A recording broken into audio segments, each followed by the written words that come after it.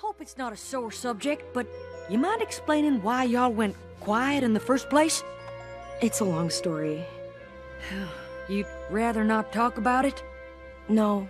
I understand. I'd rather sing. La la la la la la la la la la la la. The Kirin used to speak and sing. We weren't always quiet. We told stories and funny jokes. Most stand-up was a riot. But then one day a fight broke out and hurtful words were said. Flaring tempers were inflamed. Destruction quickly spread.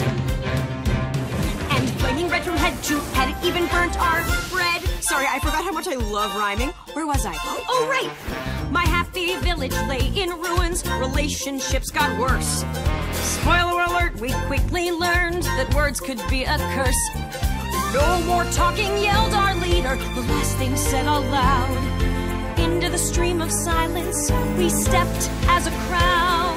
The water cooled emotions, and peace was soon restored. But with no way to speak my thoughts, I got super bored. Seriously, there's only so long that Sudoku can keep you entertained. 'Cause rainbows won't light up the sky unless you let it rain. And shiny apples sometimes come with worms. No, you can't give up your laughter, 'cause you're scared of a little pain. It's a lesson that the Kirin never learned.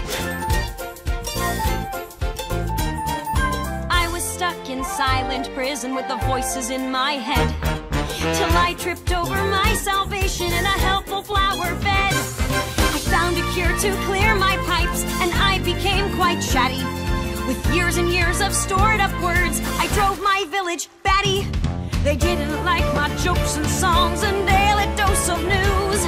The plays I wrote, the speeches spoke, variety reviews.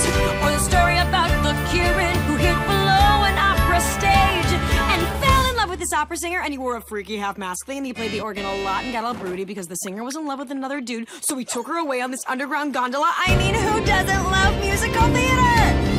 The village leader made it clear I had to make my choice. I could stay and live with them, or I could keep my voice. So I came here but left the couch alone. They're hard to move, with just the view for company, until you heard me groove. Take it away, boys!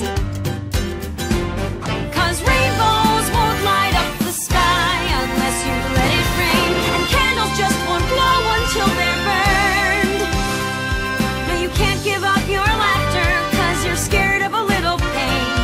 It's a lesson that my village never learned. No matter how hard I schooled them, fear of hurt is still what ruled them. Sometimes you gotta let it rain.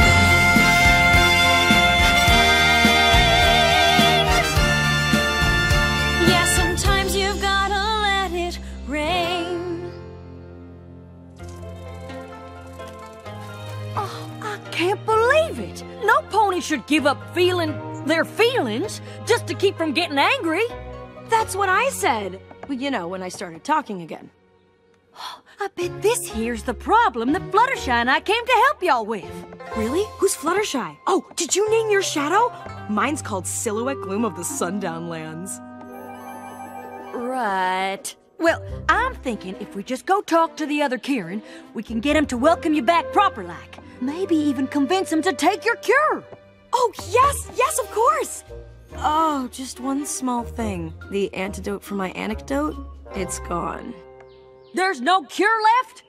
I used the last of the false breath flowers to make it, and I haven't seen them bloom since. Well, this wouldn't be a friendship quest if it was easy. I'm gonna start by getting your friends to welcome you back. You know, between you and me, I'm not sure she's gonna convince them. Nope. But I hope she does.